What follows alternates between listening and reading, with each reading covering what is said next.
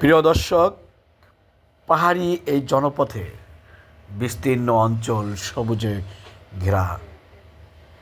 তারই মাঝে পাহাড়ে রয়েছে ছোট ছোট নীর, যা আমাদেরকে মুগ্ধ করে, পর্যটকদের করে মন আনাচানা।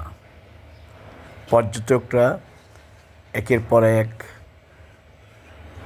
বাড়ি, ছোট ছোট পাহাড়ের উপরে বসতি দেখে মুগ্ধ হয়।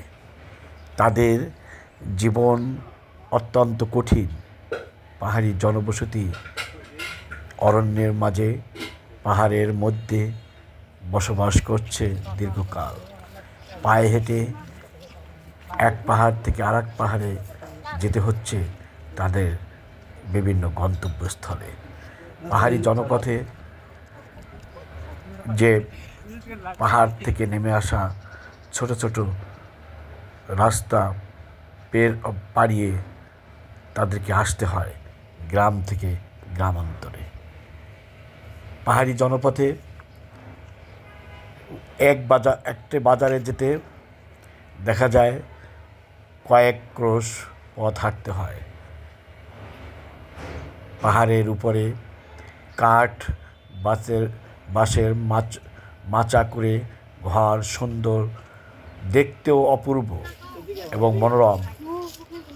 পাহাড়ি জনপথে বাংলাদেশ সেনাবাহিনী একের পর এক তাদের কার্যক্রম চালিয়ে যাচ্ছে।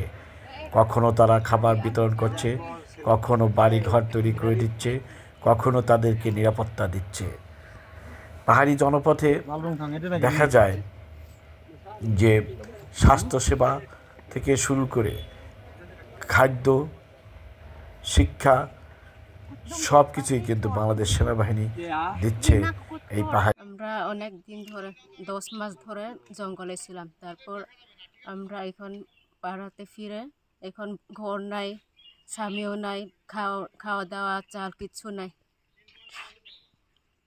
আমাদেরকে যদি সরকার যদি সহযোগিতা না করে আমরা বাঁচতে পারবো না। বাঁচাই থাকবার জন্য সরকার অবশ্যই সহযোগিতা করতে হবে আমাদেরকে। আমরা জঙ্গলে 10 মাস অনেক কষ্ট হতে ছিলাম। আমরা জঙ্গলে থেকে এই বাঁশকুড়ুল, জঙ্গলে কচু এগুলো খেয়ে বসবাস করছি। এখন সেনাবাহিনী তাদের ডাকার মাধ্যমে পাড়ায় ঢুকতে পেরেছি। তো সেনাবাহিনীকে অসংখ্য ধন্যবাদ। আর আমরা দীর্ঘদিন এখানে বসবাস করে থাকবো। আপনারা আমাদের সাথে থাকবেন, আমাদেরকে সহযোগিতা করবেন। ধন্যবাদ। বাংলাদেশের অপরময় সৌন্দর্যমণ্ডিত এই পাহাড়ি জনপদকে সন্ত্রাসমুক্ত, পর্যটন